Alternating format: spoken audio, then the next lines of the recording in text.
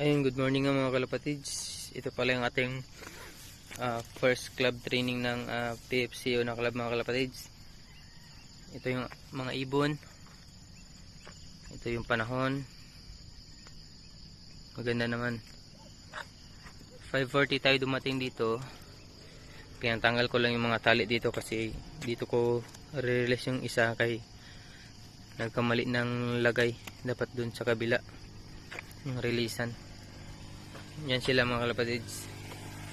Dito maluwag kasi nagsiksikan na dun yung mga ibon sa kaliwang side mga kalapatids.